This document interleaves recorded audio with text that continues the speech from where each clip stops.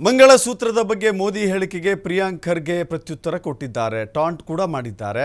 ಮೋದಿಯವರು ಕೂಡ ಕರಿಮಣಿ ಮಾಲೀಕ ಆಗಿದ್ದಾರೆ, ಅವರಿಗೆ ಮಂಗಳಸೂತ್ರದ ಬೆಲೆ ಗೊತ್ತಿಲ್ವಾ ಅಂತ ಪ್ರಶ್ನೆ ಮಾಡಿದ್ದಾರೆ. ಬಿಜೆಪಿಯವರಿಗೆ 4-5 ಶಬ್ದ ಬಿಟ್ಟರೆ ಬೇರೆ ಭಾಷಣ ಮಾಡೋಕ್ಕೆ ಬರೋದಿಲ್ಲ. ರಾಮ ಮಂದಿರ ಅಂತಾರೆ, ಹನುಮಾನ್ ಚಾಲಿಸಾ ಅಂತಾರೆ, ಸನಾತನ ಧರ್ಮ ಅಂತಾರೆ, ಇಷ್ಟಕ್ಕೆ ಸೀಮಿತಗೊಳಿಸಿ ಮಾತನಾಡ್ತಾರೆ. ಅವರ ಭಾಷಣದಲ್ಲಿ ಈ ವಿಷಯಗಳೇ ಅತಿ ಹೆಚ್ಚಾಗಿರುತ್ತೆ. ಈ ವಿಷಯ ಬಿಟ್ಟು ಭಾಷಣ ಮಾಡಲಿ ನೋಡೋಣ ಅಂತ ಹೇಳಿ ಚಾಲೆಂಜ್ ಹಾಕಿದ್ದಾರೆ ಪ್ರಿಯಾಂಕ್ ಖರ್ಗೆ.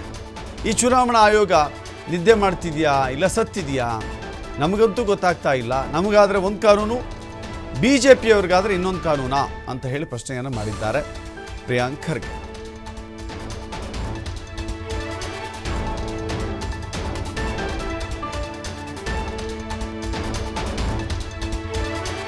ಪ್ರಧಾನಮಂತ್ರಿ ಮಾತಾಡೋದು ಮಂಗಳಸೂತ್ರನೂ ಬಿಡೋದಿಲ್ಲ ಅಂತೆ. ಏನರ್ಥ ಇದು? 75-65 ವರ್ಷದಲ್ಲಿ ನಿನ್ನೆ ಪ್ರಿಯಾಂಕಾ ಗಾಂಧಿ ಅವರು ಹೇಳಿದ್ದಾರೆ ನೋಡಿ,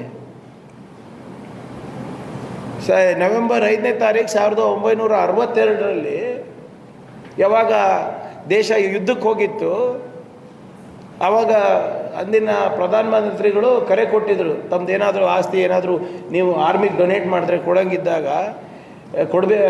ದಯವಿಟ್ಟು ಕೊಡಿ ಅಂತ ಕರೆ ಕೊಟ್ಟಾಗ ಇಂದಿರಾ ಗಾಂಧಿಯವರು ಅವ್ರ ಎಲ್ಲ ಒಡವೆಗಳು ಕೂಡ ಇಂಡಿಯನ್ ಆರ್ಮಿಗೆ ಕೊಟ್ಟಿದ್ರು.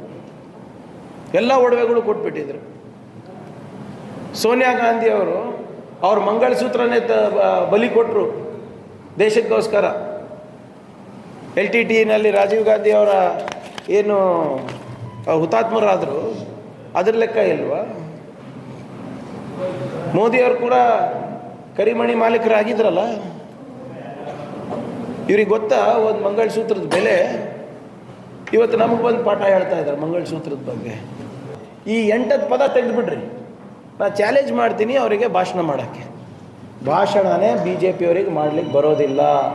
ಈ 8 ಪದನೇ ಭವಿಷ್ಯಕಾಲ, ಭೂತಕಾಲಕ್ಕೆ ಹೋಗ್ಬೇಕಾದ್ರೆ ಮೊಘಲರಿಗೆ ಹೋಗ್ತಾರೆ, ಇವಾಗ ಬರಬೇಕಾದ್ರೆ ಭಯೋತ್ಪಾದನೆಗೆ ಬರ್ತಾರೆ, ಇದ್ರೆ ಮುಸಲ್ಮಾನವ್ರಿಗೆ ಬರ್ತಾರೆ, ಇದ್ರೆ ರಾಹುಲ್ ಗಾಂಧಿಗೆ ಬರ್ತಾರೆ, ಇದ್ರೆ ಸುಳ್ಳು ಹೇಳ್ತಾರೆ.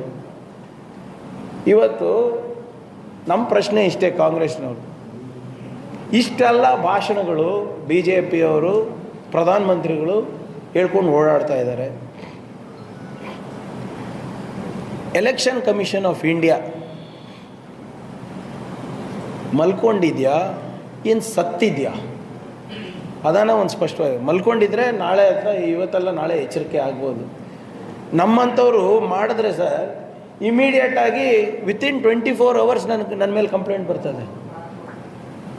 ಅಲ್ಲೇ ಬೆಂಗಳೂರಿನಲ್ಲಿ ನಮ್ಮ ಕಚೇರಿ ಕೊಟ್ಬಿಡ್ತಾರೆ ವಿಧಾನಸೌಧದಲ್ಲಿ, 24 ತಾಸಿನಲ್ಲಿ ನೀವು ಇದಕ್ಕೆ ನೀವು ಉತ್ತರ ಕೊಡಬೇಕಂತ. ಇಲ್ಲಿ 48 ತಾಸಾಯಿತು, 3 ದಿನ ಆಯಿತು. 20ನೇ ತಾರೀಕು ಮಾಡಿರೋ ಭಾಷಣಕ್ಕೆ ಈಗ 4 ದಿನ ಆಗ್ತಾ ಬಂತು. ಆದರೂ ಕೂಡ ಒಂದು ನೋಟಿಸ್ ಇಶ್ಯೂ ಇಲ್ಲ. ನಮ್ಮ ಕಾಂಗ್ರೆಸ್ ಲೀಡರ್ಸ್ ಮೇಲೆ ಅಂದರೆ ಸೋಮೋಟೋ ಕೇಸು. ಸೋಮೋಟೋ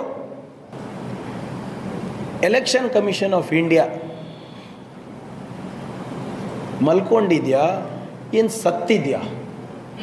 ಅದನ್ನು ಒಂದು ಸ್ಪಷ್ಟವಾಗಿ ಮಲ್ಕೊಂಡಿದ್ರೆ ನಾಳೆ ಅಥವಾ ಇವತ್ತಲ್ಲ ನಾಳೆ ಎಚ್ಚರಿಕೆ ಆಗ್ಬೋದು. ನಮ್ಮಂಥವ್ರು ಮಾಡಿದ್ರೆ ಸರ್ ಇಮಿಡಿಯೇಟಾಗಿ ವಿತಿನ್ 24 hours ನನ್ನ ಮೇಲೆ ಕಂಪ್ಲೇಂಟ್ ಬರ್ತದೆ. ಅಲ್ಲೇ ಬೆಂಗಳೂರಿನಲ್ಲಿ ನಮ್ಮ ಕಚೇರಿ ಕೊಟ್ಬಿಡ್ತಾರೆ ವಿಧಾನಸೌಧದಲ್ಲಿ, 24 ತಾಸಿನಲ್ಲಿ ನೀವು ಇದಕ್ಕೆ ನೀವು ಉತ್ತರ ಕೊಡಬೇಕಂತ. ಇಲ್ಲಿ 48 ತಾಸಾಯಿತು, 3 ದಿನ ಆಯಿತು. 20ನೇ ತಾರೀಕು ಮಾಡಿರೋ ಭಾಷಣಕ್ಕೆ ಈಗ 4 ದಿನ ಆಗ್ತಾ ಬಂತು. ಆದರೂ ಕೂಡ ಒಂದು ನೋಟಿಸ್ ಇಶ್ಯೂ ಇಲ್ಲ.